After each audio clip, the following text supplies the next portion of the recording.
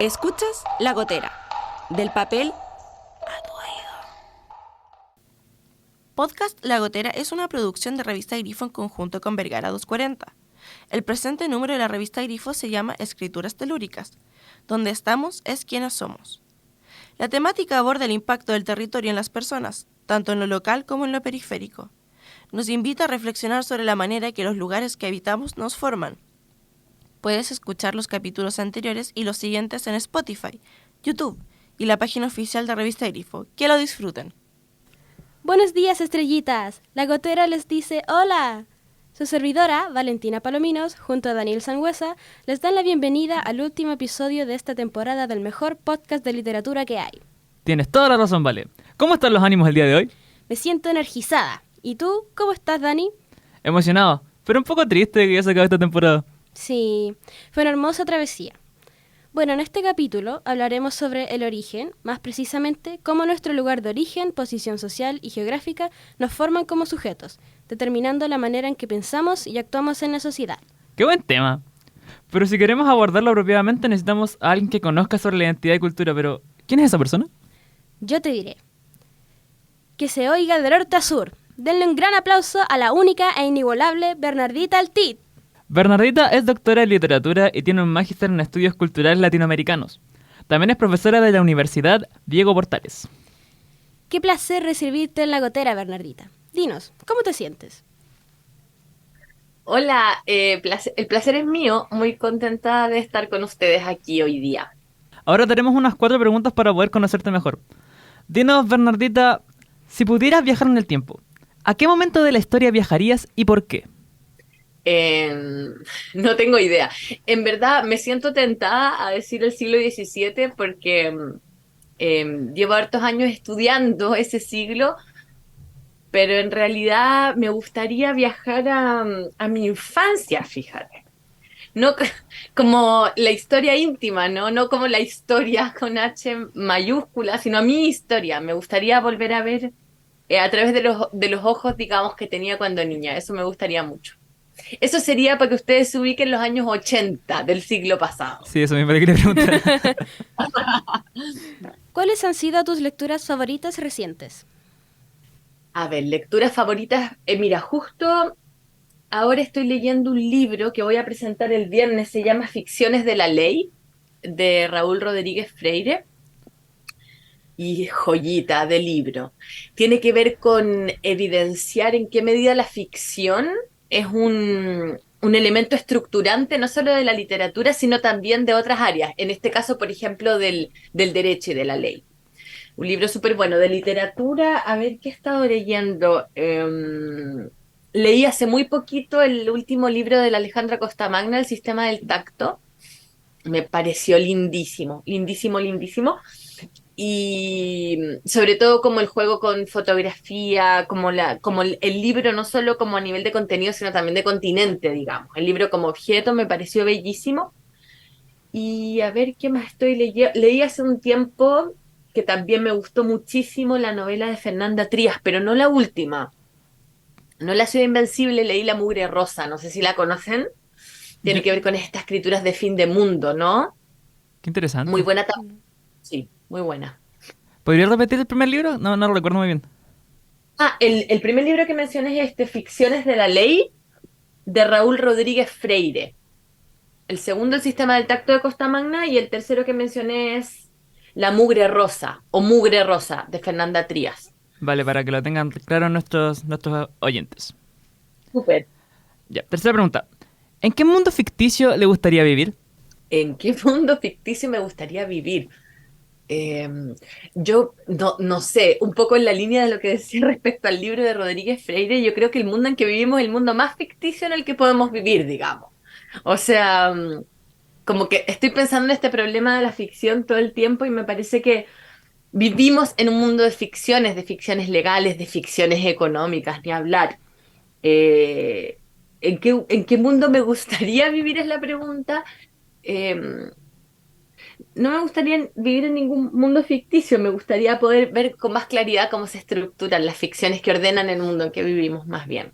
Ya, y como última pregunta, ¿puedes nombrar 3 personas que te inspiran? 3 personas que me inspiran. A ver, ¿qué personas me inspiran? Bueno, no sé si es la respuesta que buscan, pero puedo mencionar 3 entes colectivos que me inspiran. El primero son mis amigas. No hay nada más inspirador en la vida que mis amigas. Eh, Son gente inteligente, genial, amorosa y empática. Así que la gente que más admiro en la vida son mis amigas. En segundo lugar, mis hermanas. No hay nada más inspirador que las mujeres jóvenes que están mirando más allá de lo que nosotras pudimos mirar. ¿Cuántas hermanas Así que tiene? Por curiosidad. un montón. Somos 7 hermanos y hermanas, 5 mujeres. Brígido. Rígido. Pero particularmente ahora me estoy refiriendo a mis hermanas pequeñas, que son bastante más jóvenes que yo y son muy inspiradoras, mujeres muy valientes, muy... ¿Quieren mandarles un Quizás... saludo? ¿Perdón? ¿Quieren mandarles algún saludo? A mis hermanas sí, muchos saludos. Bueno, a todas mis hermanas, pero particularmente ahora estoy pensando en mis hermanas más chicas que son Luna, Manuela y Kai. Son muy inspiradoras, me hubiera gustado tener la energía, la convicción, las certezas, la mirada que tienen ellas cuando yo tenía su edad. Bueno, y el tercer grupo colectivo que me inspira muchísimo son mis hijos. Las niñas en general, pero mis hijos en particular. Esos 3 grupos de personas me inspiran mucho, mis amigas, mis hermanas y mis hijos. No sé si responde a su pregunta, pero esas son mis inspiraciones reales. ¿O querían que les dijera autoras y autores? No. No. Queremos que sea auténtica. Sí. Para continuar, daremos paso a la siguiente sección, llamada Preguntas Relámpago. Así es, Dani. Aquí daremos instancia para que nos puedas responder las preguntas que tenemos preparadas para ti, respecto a la temática de este capítulo llamado Orígenes. ¿Preparada, Bernardita? Preparadísima. Muy bien, iremos con la primera pregunta entonces. Responda lo más rápido que pueda. ¿Cuál es el recuerdo más significativo que tiene de su lugar de origen? Eh, Mi infancia, recuerdo mi infancia en el Arrayán, como en las faldas del Pochoco, como el cerro, subir el cerro, el cerro. ¿Cómo crees que se relaciona el origen y la idea de hogar? Yo creo que no hay un origen, tal vez lo podemos conversar después. No creo en la idea de origen en sí mismo, pero la idea de origen y hogar es la construcción ficcional también de un origen. Y solemos hacerlo en torno al hogar, que es el fuego de la casa, y también la casa como hogar, ¿no? Pero es el fuego que convoca. Según usted, ¿por qué hay personas más conectadas con sus raíces que otras? Yo creo que hay personas que construyen relatos más coherentes respecto a su origen posible que otras. Tiene que ver con una capacidad de construir relatos, me parece, o de vivenciarlos más que esencialmente sea así, digamos. Y para terminar, nuestra última pregunta, ¿piensas que es posible que uno provenga de varios lugares? Sí, totalmente. Provenimos, por ejemplo, algunas personas de distintas lenguas, de distintos lugares geográficos, de distintos lugares en muchos sentidos, y yo creo que la identidad siempre es híbrida y mezclada, cruzada, compleja, así que totalmente sí. Atentos, ahora comienza la lectura de este capítulo. Hoy oiremos a nuestra compañera, Rayán Castillo, leer el texto que Bernardita escribió para la edición número 44 de la revista Grifo. Este se titula El color es una experiencia que produce el cuerpo. Aquí Bernardita explora el primer territorio que todos habitamos, el cuerpo y cómo éste es definido por juicios ajenos al nuestro. Escuchemos. Soy una mujer árabe de color, y nosotras venimos en todas las tonalidades de la ira. ¿Quién es esa mujer morena gritando en la manifestación? Perdón, ¿debería no gritar? Olvidé ser todos tus sueños orientalistas. El genio de la botella, bailarina de la danza del vientre, chica de un harén, voz suave, mujer árabe, sí, amo, no, amo. Gracias por los sándwiches de mantequilla de maní que nos tiras desde tus F-16. Amo. Rafif Siada. Me veo a mí misma preguntándome de qué color soy mientras trato de decidirme por una de las 6 opciones que se abren en la pantalla para poner un puño. Miro mis manos y pienso en los rótulos que se usaban entonces, antes, establecidos desde lugares que estaban más allá de un océano. Pienso en los cuadros de casta del siglo XVIII y en las partidas de bautismo, en los zambos, en las chinas, en los tente en el aire y en los tornatrás, en las lobas y en las cambujas. Pienso también, a ratos, en Garcilaso de la Vega, el Inca, reconociéndose indio en España, en Aimé Césaire en Francia y su cuaderno de retorno a un país natal. Pienso en los colores de mis antepasadas y en los versos de Rafif Ziada. Soy una mujer árabe de color y nosotras venimos en todas las tonalidades de la ira. Pienso en el color de las manos de mis hijos. Pienso en las palabras de la infancia, en la violencia, en los insultos. Pienso en la palabra chana, en negro curiche. Leo los apuntes de mi hermana Kai sobre una clase de teoría del color. Ella nota frases como: el color es un fenómeno que existe solo en el umbral de la percepción. El color es una experiencia que produce el cuerpo, y los colores no existen. Me habla de Goethe, otro Goethe, y de su teoría. Escribe que el color es un fenómeno relativo que cambia según las condiciones en las que es percibido, y que la percepción es inestable. Me muestra ejercicios y me explica, con otras palabras, las suyas, las de su profesor, que son ilusiones ópticas, adecuaciones de la mirada, ficciones, escribo yo. Ficciones del color. ¿Quién mira? Sigo sin saber de qué color soy. No obstante, selecciono uno. Queda grabado en ese puño, pero no en los demás dibujitos que por estos días parecen cercenar las posibles respuestas a unas cuantas. Los demás emojis siguen en un pretendido neutro que nunca lo es, por lo que tendré que volver a hacerme esta misma pregunta varias veces más. Todas las que sea necesario para entender el despliegue de una mirada eurocentrada que construyó y ficcionó un territorio habitado rápida y peligrosamente por la mezcla, por ende, y para la corona, por el caos. Cuerpos mezclados, degradados en una alquimia hechiza, cuya lealtad fue difícil determinar para las autoridades virreinales. Quiltrajes sin precedentes que forman los colores que cargamos todavía hoy. Las mujeres bien sabemos que el cuerpo es el primer territorio que se habita y que es un espacio en disputa, visto y construido de color, racializado por ojos ajenos, clasificado, jerarquizado, expropiado. Cuerpos y territorios escritos y proyectados, conceptualizados como botín, saqueados y profanados, asimilados, vueltos diferencia y otredad.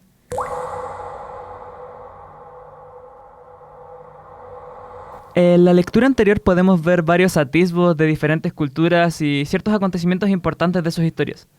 Llevándolo al tema central del capítulo, ¿cuál diría usted que es la relación entre la historia y la identidad?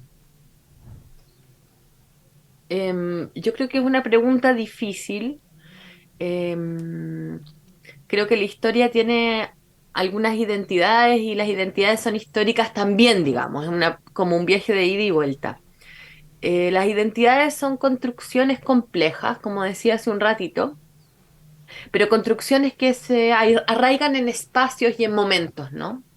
Y en ese sentido solemos arraigar nuestros relatos identitarios en momentos históricos. Por ejemplo, acá en Latinoamérica pensamos mucho en los procesos de conquista y colonización, un poco vinculados a esos orígenes, ¿no?, que hablábamos. En ese sentido, las historias múltiples y la historia más hegemónica cruzan identidades, pero también las construyen, ¿no?, según intereses particulares. Así que usted dice que es como inescapable, como que por ejemplo, la historia con H mayúscula de Chile como que nos permee como individuos chilenos, por dar un ejemplo. Sí, totalmente. O sea, yo creo que sí, porque la historia es hegemónica, o es historia con mayúscula, o es historia masculinizada, económica, militar, esa historia, digamos, eh, permea, es ubicua, digamos, permea muchos espacios. Por ejemplo, pensemos en la educación formal. Entonces, no, sí influyen nuestras identidades, ya sea si es que construimos relatos identitarios complacientes con esa historia hegemónica o de resistencia y de lucha, pero no nos son indiferentes, digamos. Y como este es un podcast de literatura, y retomando el tema anterior, ¿qué rol cree que cumple la literatura en la construcción de esta identidad? Bueno, yo creo que la literatura es fundamental en la construcción de identidades, por supuesto, no solo de quienes la producen, ¿no? La literatura tiene un poder, en mi opinión, que está muy borrado, digamos, en estos tiempos, pero es el poder de construir mundos nuevos, pero no solo en términos de representación, digamos, estoy pensando un poco en el ámbito más performático de la literatura. La literatura hace cosas, no solo es cosas, no solo retrata, representa, sino que la literatura hace cosas en el mundo real. Tiene incidencia, tiene poder, es política. Entonces creo que la literatura cumple ese rol, ya sea para construir relatos complacientes o, como decía, relatos más de resistencia. Y eso no es algo que pueda ser leído de manera literal, ¿no? Es complejo. Pero yo siempre me imagino a una persona que escribe, a una escritora, a un escritor, puede escribir cualquier cosa. La ficción literaria da como ese margen tan amplio, ¿no? Y decide esa persona escribir acerca de algo desde un lugar. Esa decisión a veces es consciente y a veces en las literaturas más tradicionales está dada por otros factores, pero hay un foco no solo respecto a lo que se habla, sino desde donde se habla, que me parece el más interesante para pensar el tema de la identidad. No solo lo retratado, sino desde donde eso es retratado. Y en eso me parece radica algunas de las cosas más interesantes de la literatura, o así lo siento yo. Qué curioso que mencione esto. Porque, de hecho, de eso quería preguntarle. ¿Cómo piensa que el origen determina la forma en la que pensamos y actuamos ya no solo en la literatura, sino más allá, sino en el cómo interactuamos en el día a día de la sociedad? Ah, claro, sí, muy en relación. Yo pienso que nuestro actuar como personas, como sociedades, como especie, está totalmente determinado en términos sociohistóricos, culturales y económicos, digamos. Eh, y en ese sentido nos movemos dentro de marcos que están bastante regulados. Entonces, yo no creo en en las visiones más liberales de la libertad, digamos, para nada. Creo que hay determinismos que son de clase, siempre de clase primero, pero también de género y sexuales y también de, bueno, racializados y también de edad. O sea, pienso que lo que hacemos está totalmente determinado por complejas construcciones de dominación y de opresión. Las feministas ya han visto esto hace mucho rato, ¿no? Entendiendo cómo se intersecan, se cruzan, digamos, los distintos sistemas de opresión. No son solo el patriarcado y el capitalismo, aunque parecen ser como los dos sistemas padres, digamos. Como los dos monstruos más No, grandes. claro, sí, lo podríamos decir así, pero yo pienso, no sé, ahora que estoy en época de madre, de hijes, digamos, pienso, no sé, en el adultocentrismo, si me apuráis. O sea, como son muchas las variantes. Y bueno, mucha gente está trabajando de un tiempo a esta parte, desde el activismo, desde la literatura y las artes, la cuestión de las especies, ¿no? Que es algo que también tenemos que empezar a preguntarnos. Entonces no se trata de sumar ismos como una cosa de moda, ni mucho menos, pero sí pensar que la experiencia de lo humano o las experiencias humanas están cruzadas por múltiples dominios, por múltiples sistemas de dominación, si tú querés. Y no solo están estos macros, digamos, que se han construido como los macro relatos, y yo creo que es así, sino que hay otras cruces un poco más sutiles, si ustedes quieren, pero que están cobrando relevancia en la investigación, en la producción estética y en las luchas más territoriales también. Sí, en el tema de la experiencia humana, en tu texto, cuando hablas de orígenes, no solo te refieres como a los espacios físicos, sino también que incluyes el cuerpo como el primer territorio que conocemos. Te pregunto, ¿de qué forma crees que el cuerpo en el que existimos afecta a nuestra percepción del mundo? O sea, yo creo que claro, el cuerpo cobra mucha relevancia, ¿no? Porque el cuerpo nos como que nos retrotrae, siento, a lugares que me parece interesante explorar. Porque el cuerpo nos retrotrae al animal también, que somos y que jugamos a no ser, ¿no? Entonces, el cuerpo como territorio tiene que ver con, bueno, con muchas cosas. Es que los cuerpos también, los cuerpos son distintos. Los cuerpos son diversos. Entonces puedo hablarte de mi cuerpo, por ejemplo, un cuerpo marcado, digamos, por el sino de lo femenino, por ejemplo. Entonces, en ese sentido, el ser mujer como construcción desde el cuerpo también es relevante. O sea, mira, las mujeres y los territorios hemos sido saqueadas, ¿no? Ese imagen del botín, una gran amiga acá una vez me hizo ver que uno habla de la tierra en femenino. La tierra se construye en femenino y en nuestro sistema binario, ¿no? Con el que solemos pensar, ¿no? Muchas personas, yo por ejemplo, y en nuestra cultura, lo femenino es lo saqueable, es lo violable, ¿no? Entonces la tierra y los cuerpos femeninos son violables, saqueables, ¿no? En ese sentido, el cuerpo y el territorio están súper vinculados y los cuerpos, no todos los cuerpos importan lo mismo, ¿no? Según los colores que traen, los signos que portan, las cicatrices, o sea, los cuerpos en territorio y me parece que las mujeres y las feministas, las disidencias sexuales, estamos siendo más conscientes de ese cruce que otros grupos, digamos. En el tema de la mujer nos llamó la atención el siguiente fragmento del texto. Las mujeres bien sabemos que el cuerpo es el primer territorio que se habita y que es un espacio en disputa, visto y construido de color, racializado por ajenos, clasificado, jerarquizado, expropiado.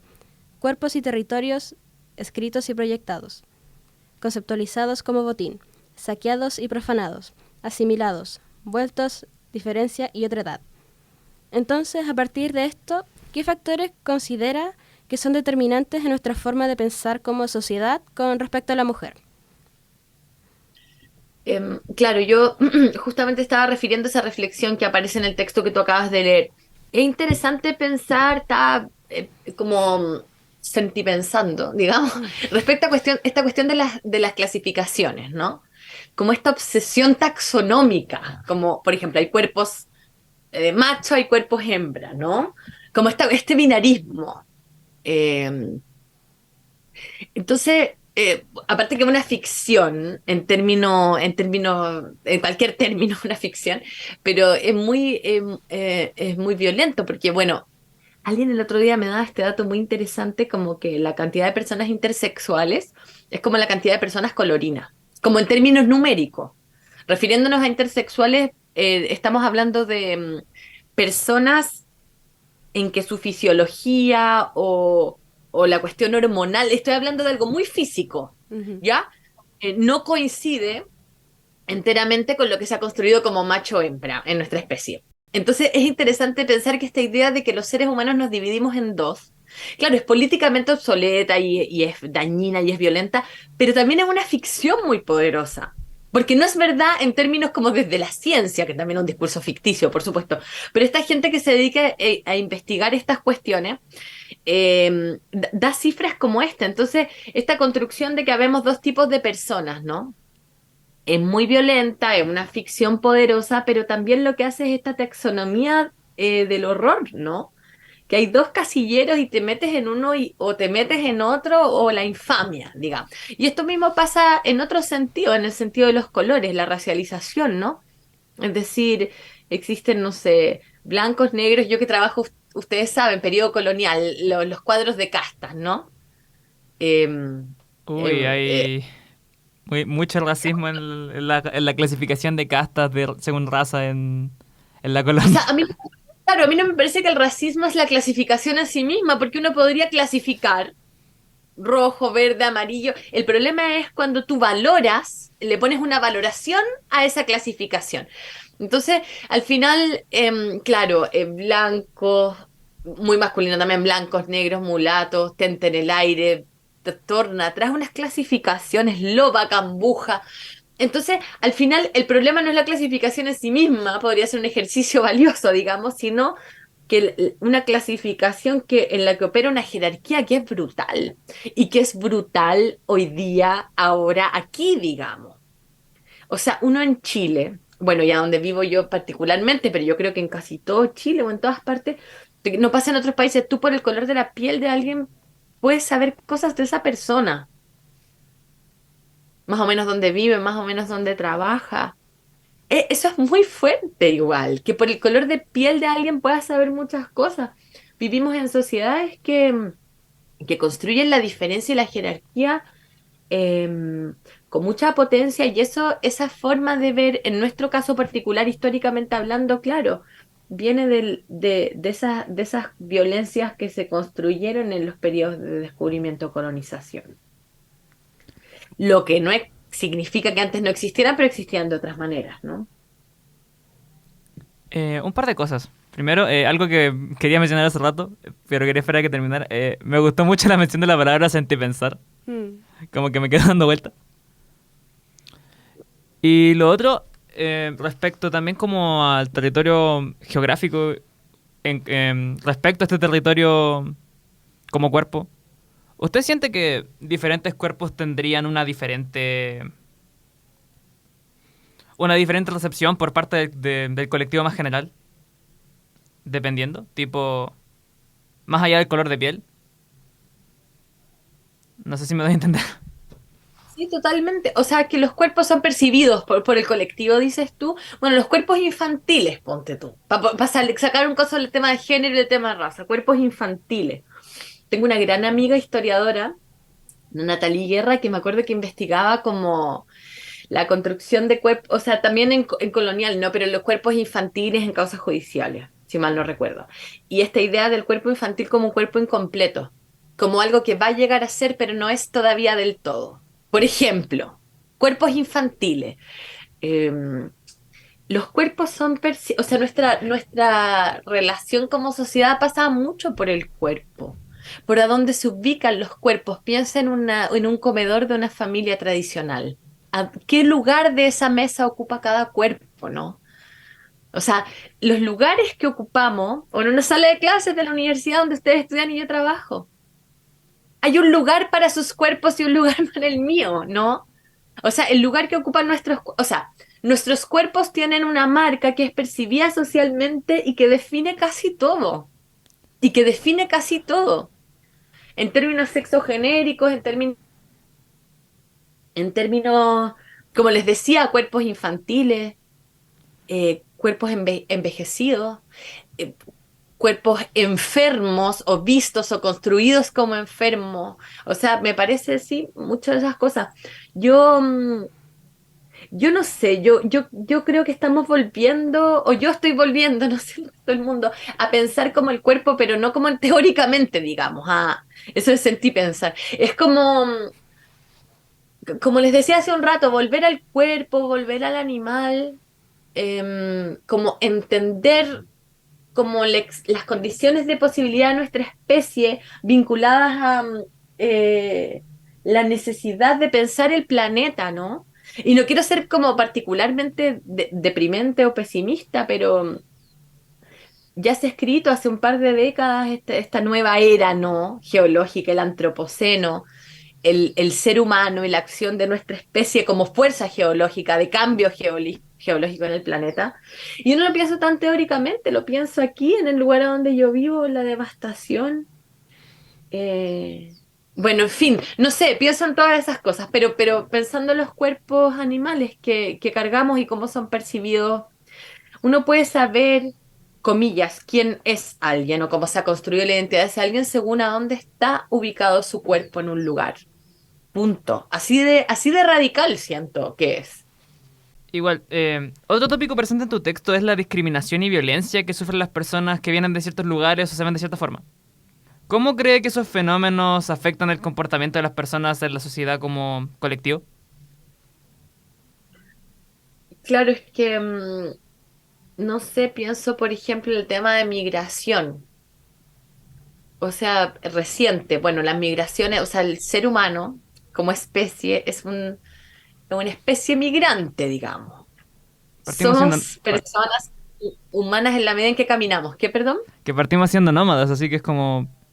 Caminamos, claro. Sí, caminamos. Nos movemos. Dicho eso, digamos, las migraciones recientes, muy recientes, en Chile están obligándonos a pensar esas violencias, ¿no? ¿Recuerdan el caso, por ejemplo, de Joan Florville, una mujer, madre haitiana, que dejó a su bebé con, no recuerdo bien los detalles de la historia, pero creo que con una persona guardia de seguridad, y luego la acusaron de haber abandonado al bebé, la encarcelaron y murió enferma en la cárcel? Esa es la historia reciente de este país que estamos habitando y sus leyes, ¿no? Entonces, em, me parecen cosas en las que tenemos que pensar y también las tenemos que pensar desde la literatura. Por ejemplo, acabo de leer, no lo mencioné, pero un súper buen libro que sacó Cuneta ahora en la pandemia, no sé exactamente cuándo, pero hicimos una presentación acá en el Garrobo la semana pasada, un libro de cuentos que se llama Balneario, de José Fliman. Y uno de los cuentos se llama John Bondieu y es de un migrante haitiano acá a Casablanca. O sea, no quiero contarles el cuento, pero es en el fondo, estamos arrojados como al horror de un racismo tan antiguo, pero tan renovado. Un racismo que tenemos que ser capaces de detectar en cada una de nosotras y de nosotros, digamos, no una cuestión externa. Hemos construido nuestra habitabilidad, nuestras sociedades en base a la diferenciación, que es un poco de lo que les estaba hablando, ¿no? En base a la diferenciación. Y esa diferenciación siempre es jerárquica y actualmente está muy fuerte esas discriminaciones que son discriminaciones racializadas, son prejuicios, son ignorancias, son miedos, ¿no? Y pienso que tenemos, y se está abordando mucho desde la literatura, como les ponía el caso de José Fliman, es muy bueno el libro de Fliman, y bueno, y casos reales, como el de Joan Froedville, estamos atravesando tiempos oscuros en ese sentido, me parece. De intolerancia, de miedo, de ignorancia, de prejuicio. Así lo veo yo. Yo por lo menos estoy de acuerdo con esto. Suena como muy... Es muy triste, pero es muy real y es como...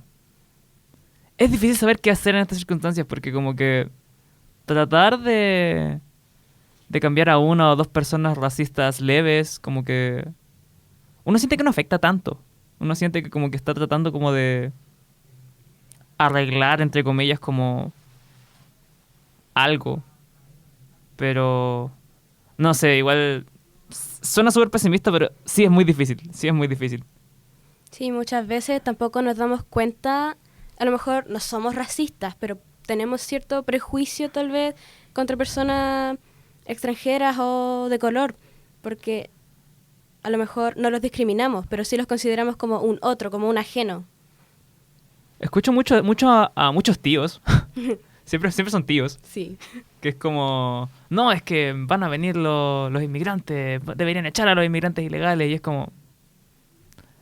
Ya incluso el término migrante es una construcción. Es una construcción hecha por humanos. Sí, es como...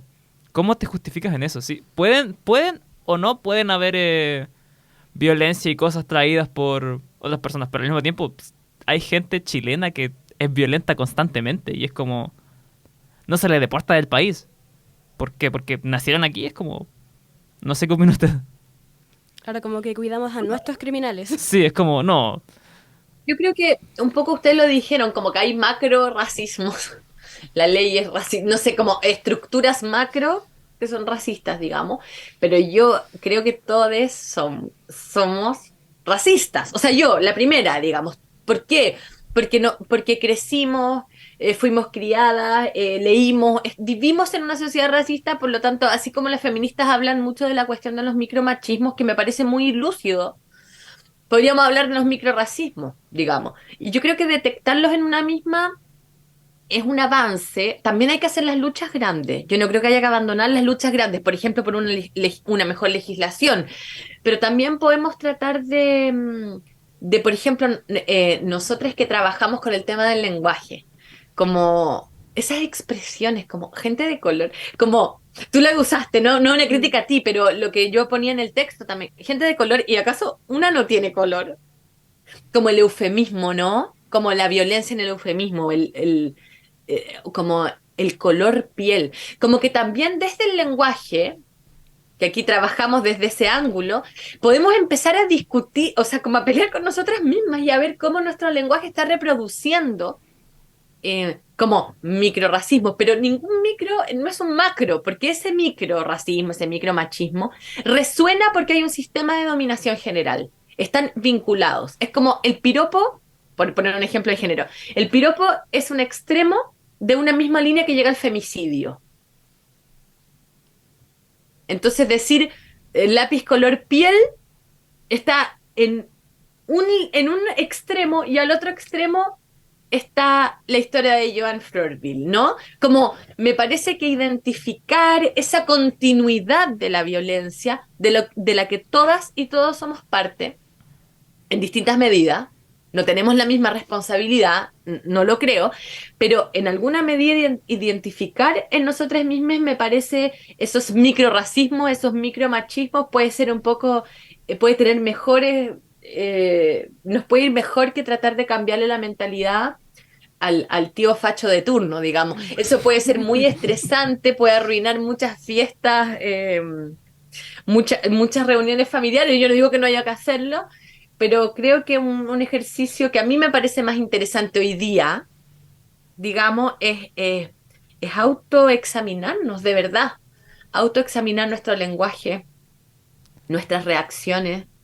Uno a veces teoriza, ¿no? Y puede tener súper en la cabeza algo súper resuelto. Obvio que no soy racista, obvio que no soy machista, pero ¿y tus prácticas y las valoraciones menos racionales, ¿no? ¿Cómo estamos funcionando ahí? Por ejemplo, yo que hago clase, escuchaba a alguien que decía que las profesoras universitarias interrumpimos menos a los estudiantes varones cuando hablan en clase. Sí, es ¿Por algo- qué? Porque en un lugar muy primario, muy inconsciente, valoras más, en un lugar muy primario, muy inconsciente, valoras más la opinión de un varón que el de una mujer, o les pides más la opinión.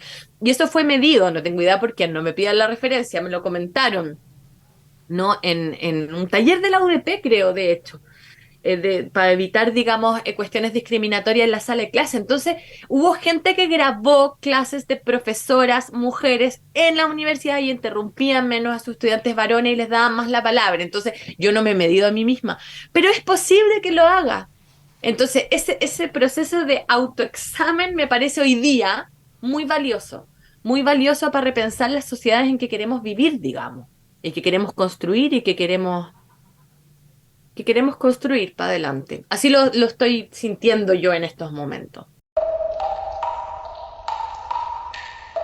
Escuchas La Gotera, del papel a tu oído.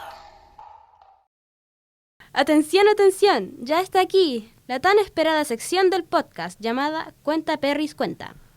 Así es. Ahora debe contarnos un recuerdo, experiencia o sentimiento que la haya marcado vinculado con el origen, con el concepto de origen. Ya. Bueno, como les he dicho un poco, como el concepto de origen me parece una buena ficción, ¿no? Porque el origen, yo igual creo en el caos, o sea, pese a mí misma, digamos, no creo que haya un origen en ningún sentido. Pero los orígenes que construimos como significativos de nuestra historia, de nuestra genealogía, podría contar algo como biográfico. La familia de mi abuelo paterno viene de Palestina, de Beit Yala, que es un elemento como que en mi biografía no cobró ninguna relevancia hasta que yo era una mujer grande, adulta, y, y terminé o sea, trabajando y haciendo activismo pro-palestino, hartos años. Eh, entonces, un dato que es biográfico, digamos que efectivamente ellos y ellas venían de Palestina, y de hecho primer apellido por la cuestión patrilineal es un apellido palestino. Algo que era un dato que no tenía ninguna relevancia, porque no tuve tanta relación con mi familia paterna en mi infancia, no una relación tan estrecha, digamos, más allá de mi padre. Entonces, en ese sentido, un dato que es biográfico cobró relevancia muchísimos años después, digamos, cuando empecé a conocer lo que ocurría en Palestina. No sé si a ustedes les gusta la historia, pero si saben lo que está ocurriendo ahí, el proceso de limpieza étnica, de colonización, el muro del apartheid, y como que me tocó muy fuerte esa lucha. Y hice activismo pro-palestino varios años y terminé conociendo a mi actual compañero en ese contexto y él, Javier, su familia paterna también viene de Palestina. Entonces, de un dato biográfico muy como que podría no tener ninguna relevancia, yo terminé pariendo dos hijos varones cuyos ambos apellidos son apellidos palestinos. Entonces, como que ese dato terminó cobrando mucha relevancia en sus vidas también, porque por parte de su madre y de su padre vienen de familias palestinas. Entonces, como que eso me parece interesante como para pensar los orígenes y las ficciones de los orígenes. Claro, hay un dato como biográfico que para mí no tuvo relevancia, que yo descubrí o redescubrí siendo adulta políticamente y que terminó marcando mi vida actual y sin lugar a dudas dos vidas más que son las dos vidas de mis pequeños hijos, ¿no? Entonces, creo que el origen, o sea, los orígenes se construyen, se eligen, no es que uno elija el origen que tiene, pero de una u otra manera algunas personas tenemos el privilegio de poder sortear una gama de identidades posibles y en este caso de manera un poco azarosa, ese elemento como la historia palestina, digamos, de mi familia terminó siendo súper relevante. No sé si han leído, bueno, hay un libro muy bonito de eso que se llama Volverse Palestina de Lina Meruane. No sé si lo han leído, pero se los recomiendo porque es muy bonito, que tiene que ver con reconocer esta identidad palestina, pero después, digamos, una cosa así, muy bonita. Un par de cosas. Eh, Primero, yo cuando escuché su apellido, pensé que estaba relacionada a una familia del sur de Chile que tiene como una serie de supermercados. Los supermercados El Tit. Y Sí, no tenía idea que el apellido era palestino. Como que yo los tenía muy relacionados a un grupo de empresarios sureños. sí, claro, claro. Es divertido porque esa gente no es familia mía, digamos. Pero una vez fui a Pucón y fue al supermercado y como que daba la bolsa de plástico. Bueno, ya no se usaba bolsa de plástico, pero la bolsa de plástico en que me dieron las compras era el TIT, era como que me sentí Luxich, Vangelini o algo Sí, una así, cosa como así. el apellido de la fama. Incluso, y esto es verdad, un dentista de Pucón me atendió gratis. Yo era chica, joven, digamos. Gratis. Solo por el apellido. Creo que fue por eso. Debe haber pensado que yo era de esa familia muy ricachona. Es- Pero no, no es así. Pero sí, muchas veces me dicen, la gente de literatura me pregunta por la Diamela y la gente en general me pregunta por los supermercados El TIC. En algún punto, claro, toda esa es un apellido palestino, mi familia en particular viene de Beit-Jala. En algún punto todos están conectados, pero no es que sea mi familia aquí ahora real, digamos. En algún punto está vinculado, digamos. Pero sí es un apellido palestino. La verdad no me sorprendería que que la atendieran gratis allá en Pucón. Ah, hasta donde yo sé, como que los Celtics son prácticamente dueños de Pucón, así que es probable. Parece que son gente muy rica, pero yo no les conozco. Respecto también a sus hijos, este origen palestino siente que les ha afectado a ellos particularmente. No, yo no creo que ellos tengan mucha conciencia como de eso ahora, porque mis hijos son muy pequeños, tienen 5 y 3 años. Ah, ya. Pero va a ser o sea, pienso, yo creo, no sé qué tan determinantes son los apellidos de una persona para su identidad, pero igual son marcadores, ¿no? Y ellos tienen sus dos apellidos palestinos. Y además mi compañero Javier viajó a Palestina este año, entonces en su imaginario está como este lugar, ¿no? Palestina, que es un lugar arrebatado, ¿no? Es como te digo, mis hijos son muy pequeños y habría que preguntarle a ellos qué piensan o sienten al respecto, pero pienso que igual va a ser un poco determinante o sea, no sé qué va a haser, si va a tener relevancia o no, pero es algo de lo que no van a poder huir, digamos, porque legalmente tienen estos apellidos, ¿no? Igual, y como les contaba, mi compañero y yo nos conocimos en el contexto como del activismo pro-palestino y es un tema como presente en nuestras vidas, digamos, como muchos otros temas también, pero creo que es algo que es parte de su historia, digamos. Y ojalá que un día mis hijos, y aquí vamos a las utopías, puedan estar en Palestina libre, sin muro, ¿no? O sea, ese es un sueño, que las y los refugiados puedan volver. Creo Es que un sueño que están construyendo, se está construyendo en la calle, se está construyendo en el territorio, ¿no? Em, eso debe pasar, ¿no? No puede ser siempre tanta la injusticia y tanta la violencia y tanto el saqueo, pienso yo. Una última cosa, respecto a que usted descubrió o redescubrió su identidad palestina más tarde en la vida. ¿Podría decir cómo fue ese proceso? Así, por ejemplo, muchas personas hemos vivido estos procesos de descubrir nuestra propia identidad desde lo sexual, desde el género, que es más prominente en este tiempo más reciente, y suele ser un proceso de vergüenza, de tristeza, de nostalgia. ¿Cómo fue el proceso de identidad para usted? Bueno, yo no me siento palestina, solo como identifiqué como esa, no me siento mucho nada, pero como un elemento dentro de otros que es relevante. Bueno, como te contaba, yo no tuve mucha relación con mi familia ampliada, por decirlo así, por la parte de mi padre, por la parte de mi padre. Entonces, tenía relación con él, claro, pero mi papá tampoco nunca me habló mucho de la cuestión palestina realmente. No recuerdo que haya sido un tema. Recuerdo que en el colegio, por ejemplo, había un par de compañeras. Estoy pensando en una, pero había un paro en el colegio que tenían apellidos palestinos y iban, apellidos palestinos y iban al club palestino, por ejemplo, a hacer actividades y cosas. Eso para mí era totalmente externo y una de ellas una vez me dijo, pero Benny, tu apellido es palestino, pero yo no crecí, yo no viví con mi padre cuando yo era niña. Entonces, como que sí, sí, de un país Palestina, como que es algo totalmente irrelevante, digamos, como un país Palestina puede ser un país Argelia, un país Bolivia, un país Francia, como que no era relevante. Bueno, y yo sabía poco en realidad en mi edad escolar de esto de Palestina.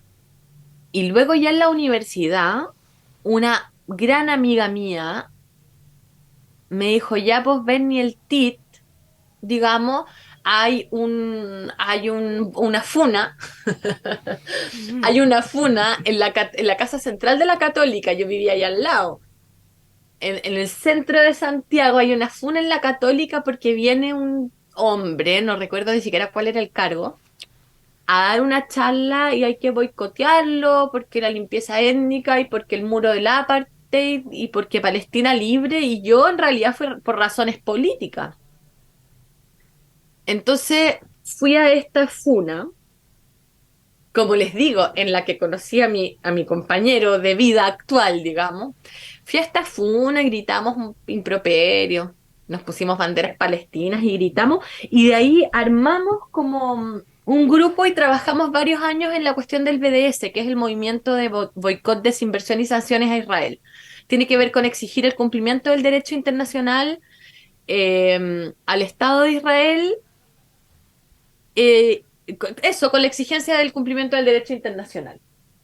Y ahí estuve varios años en eso, bueno, y después la vida dio otro, armamos una colectiva, de hecho, como de un grupo de activismo por Palestina que era no solo de hijos e hijas y descendientes de familias palestinas en Chile, sino de personas en general como sensibilizadas con esa causa. Hicimos mucha vinculación con el tema colonial en Palestina y en el Gualmapu, es decir, fue una cuestión política. Entonces, como que en ese sentido, a diferencia de lo que pasa con el caso que tú decías, como las redefiniciones identitarias en tanto sexo o género, en Chile, y esto es raro, pero en Chile ser palestino, reivindicar identidades palestinas o una genealogía palestina no es algo mal visto, porque en Chile hay familias palestinas muy ricas. Tenemos el ejemplo de el Tite en Pucón, pero acá el Estadio Palestino y está lleno de personas ricas y de derechas y muy importantes, digamos, que son palestinas. Entonces, en Chile particularmente reivindicar una identidad palestina no es reivindicar una identidad muy marginalizada, digamos. Cosa que me parece paradójico. No es tampoco que uno diga Palestina y te abran las puertas, pero no es algo paradójico, no es marginalizado. Me parece que porque aquí hay gente rica que es de Palestina, ¿no? Bueno, hay gente de todos tipos, digamos, pero quiero decir que no es algo particularmente, no es como que uno diga, sí, yo reivindico la cuestión palestina y te miren en menos. Ahora, cuando uno reivindica las luchas del pueblo palestino, cuando uno reivindica la lucha popular, la lucha territorial, ¿no? Ahí puede ser una cosa un poco más puntúa con la gente de derecha de acá, digamos. Pero en general uno dice viva Palestina libre y no es como eso una marca como de marginalización tan grande. Si uno va a la cuestión más profunda, yo creo que sí, porque es una lucha de los pueblos, no de las clases dirigentes, pero ya eso sería algo como más particular. Entonces en mi caso no tuvo aparejada como una cuestión como de dolor o de tristeza o de vergüenza, sino más bien reivindicar la historia de las ancestras, de los ancestros, que después, no, después del Imperio Turco Otomano, como les decía, no sé qué tanta historia saben, la cuestión después de la cuestión británica, ¿no? La construcción del Estado de Israel, 48, 49, la expulsión, la migración, las y los refugiados, o sea, es una historia de despojo terrible, de despojo que a veces nos decían, ¿y qué te importa lo que pasa en Palestina, acá en el Gualmapu, nos matan? O sea, por supuesto también, todas las luchas son una lucha y son la lucha de quienes no tenemos el poder contra los que lo tienen, que son pocos, digamos. Entonces, uno puede hacer esos cruces, me parece. Pero un poco así se dio este viaje en mi historia. ¿Qué fue ese sonido, Vale? Indica que hemos llegado a mi sección favorita, la del cagüineo. Aquí, Bernardita, te haremos preguntas menos serias. Primero, si pudieras cambiar cualquier hecho histórico del pasado, ¿cuál sería? El rechazo. No, mentira. Somos varios, somos varios. Sí. No, no lo cambiaría, o sea, no cambiaría el hecho, porque, a ver, ¿qué cambiaría del pasado? Pero no cambiaría nada, o sea, es demasiado difícil la pregunta, pero ya, como para responderles como de la historia reciente, eh, no sé, uno hace, por ejemplo, Jadwe, hablando de palestino. Si la primaria la hubiera ganado Jadwe, la presidencial la hubiera ganado Kast y ahora tendríamos nueva constitución. Como que uno puede hacer esos juegos, ¿no? Sí, también me he dado No sé cuenta si de eso. Es como... uno puede hacer esos juegos. ¿Qué es mejor, qué es peor? No sabemos. ¿Qué cambiaría la historia? Realmente me hubiera gustado que ganaran la prueba. ¿Qué quieren que les diga? Pero al final los cambios hay que construirlos a mediano y a largo plazo. Y los cambios de percepción, los cambios culturales, los cambios de apreciación son lentos, lentos. Y en realidad más importante que una nueva constitución, aunque hubiera sido lindo e importante, es que cambiemos de manera colectiva nuestra forma de tratarnos, nuestra forma de sentir, nuestra forma de vivir en este planeta. Y esos cambios creo que son más largos, que pasan por las leyes y por las constituciones, pero también pasan por los afectos, por nuestros cuerpos, por los lugares que habitamos. Entonces, claro, la respuesta como chica que hubiéramos ganado la prueba, pero en realidad no es una buena respuesta porque al final la historia no tiene que ver con cambiaritos, ¿saben? Porque si cambiamos el rechazo, como les digo, la seguidilla que dice ya, la primaria la gana Jadwe, entonces la presidencial la gana Kast y entonces gana la prueba. Que yo creo que hubiera sido así realmente. Pero al final lo que tenemos que cambiar no son hitos, lo que tenemos que cambiar son formas de sentir, de pensar, de mirar. Y esos cambios no ocurren en un segundo. Así es que esa sería mi respuesta. Bueno, lamento decir que se nos ha acabado el tiempo. Nos encantó sentarnos a hablar contigo hoy día, Bernardita. Muchas gracias. Agradecemos que hayas aceptado nuestra invitación. Y antes de concluir, ¿te gustaría decir algo más? Nada, agradecerles, me gusta mucho que estén haciendo esto, les agradezco la invitación. Me parece que la radio, bueno, esto no es exactamente radio, no tiene aire, digamos, es internet, los podcasts son por internet, pero la radio, el sonido también nos remite a lugares que me parecen interesantes, ¿no? también volver al oral, que me parece que está vinculado con volver a la comunidad también. O sea, sin dejar la escritura, gran tecnología, ¿no? Pero a pensar, a conversar, a dialogar, me gusta el sonido, ¿no? Pensar en los sonidos también, en las vibraciones y las frecuencias. Me parece entretenida. Les agradezco la invitación. Espero que les vaya súper bien. Genial. Te agradecemos una última vez por tu enorme aporte a esta temporada del podcast y esperamos que haya sido una instancia provechosa para todos. Muchas gracias por venir. Mira, vale, acabamos de recibir un mensaje. Significa que es hora de la sección ¿En qué estás? Aquí es donde se reproduce un audio de una persona que nos compartirá algún proyecto personal de la actualidad. Ahora le entregamos el micrófono al historietista, caricaturista, animador y cineasta chileno Diego Cumplido. ¡Adelante! Hola, ¿cómo están? Mi nombre es Diego Cumplido, soy dibujante de cómics, animador experimental, director audiovisual y en este momento tengo una exposición en Matucana 100 llamada Golpe a Golpe que estará abierta hasta el 22 de enero para quien quiera irla a visitar. En este momento estoy trabajando en la siguiente etapa de ese proyecto, que va a ser una webserie que grabaremos el primer semestre. Estoy trabajando en una novela gráfica que desarrollaré durante el próximo año para la editorial Planeta. ¿Qué estoy leyendo? Estoy leyendo Akira de Katsuhiro Otomo, el maestro del manga clásico, un clasiquísimo que tenía pendiente.